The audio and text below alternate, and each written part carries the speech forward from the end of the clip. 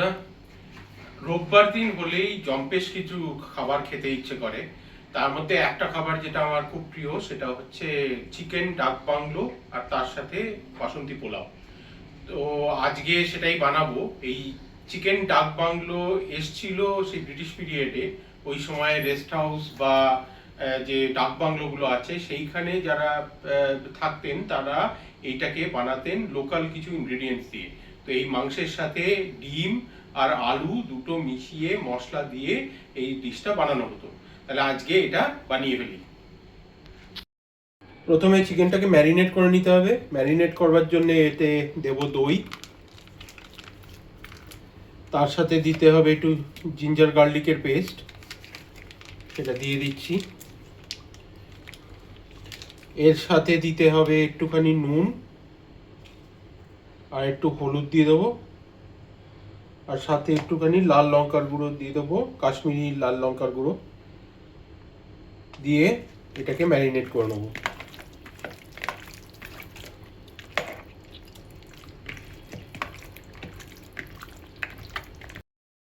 এইটা কিছুক্ষণ ম্যারিনেট করে রেখে দিয়েছিলাম মাংসটা। এবার যেটা করব সেটা হচ্ছে এর মধ্যে একটু জায়ফলের গুঁড়ো দিয়ে দেবো, দিয়ে আবার একটু মেখে মিনিট 5 রেখে দেবো সাইড করে। এবার একসাথে অনেকগুলো মশলা নিয়ে নিয়েছি। জয়িত্রী আছে, গোটা গরম মশলা রয়েছে, তার সাথে গোটা গোলমরিচ রয়েছে, গোটা জিরে, গোটা ধনে আর কিছু শুকনো লঙ্কা। এইগুলোকে যেটা আমি করব, আমি একটা শুকনো খোলায় কড়াইয়ের মধ্যে নেড়ে চেড়ে ভালো করে একটুখানি ভেজে নেব।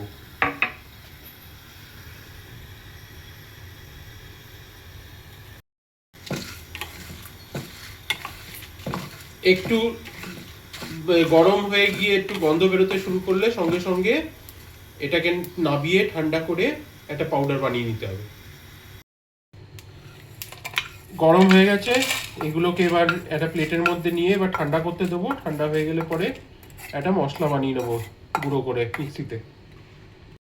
একটা কড়াইতে তেল গরম করে নিয়েছি, এখানে একটু আলু ভাজতে দিয়ে দিচ্ছি।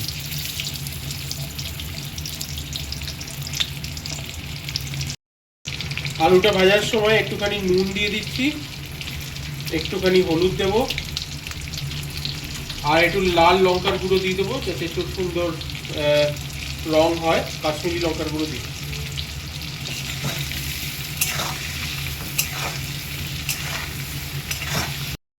আলুগুলো ভাজা হয়ে গেছে, এবার আলুগুলো তুলে নিচ্ছি।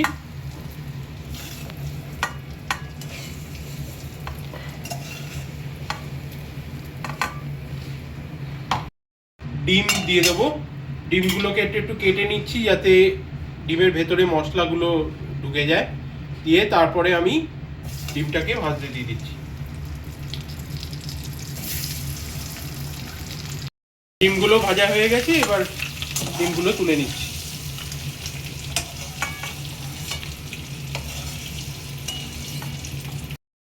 গরম তেলের মধ্যে এবার দিয়ে দিচ্ছি কুচনো পেঁয়াজ। এই পেঁয়াজটাকে খুব ভালোভাবে নাড়াচাড়া করে ভাজতে হবে যতক্ষণ এটা একটু লালচে লালচে মতো না হয়ে যাচ্ছে।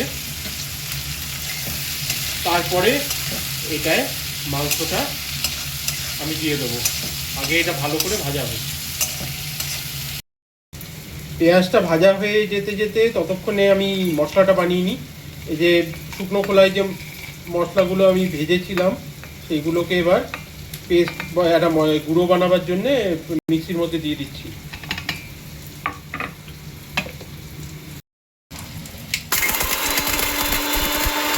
পেঁয়াজটা লাল লাল করে ভাজা হয়ে গেছে, এবার এর মধ্যে ম্যারিনেট করা যে মাংসটা ছিল সেই মাংসটা আমি দিয়ে দেবো।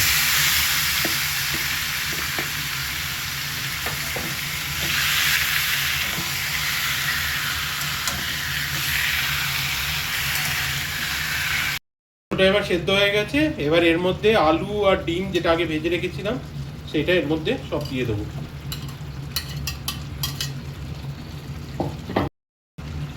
এবার যে মশলাটা বানিয়েছিলাম সেই মশলাটা এর মধ্যে দিয়ে দেবো।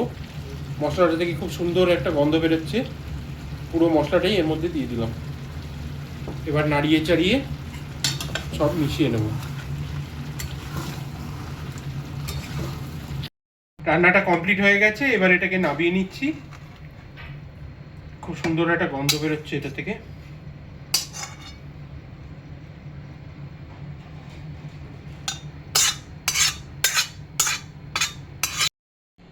তৈরি হয়ে গেছে চিকেন ডাক বাংলো।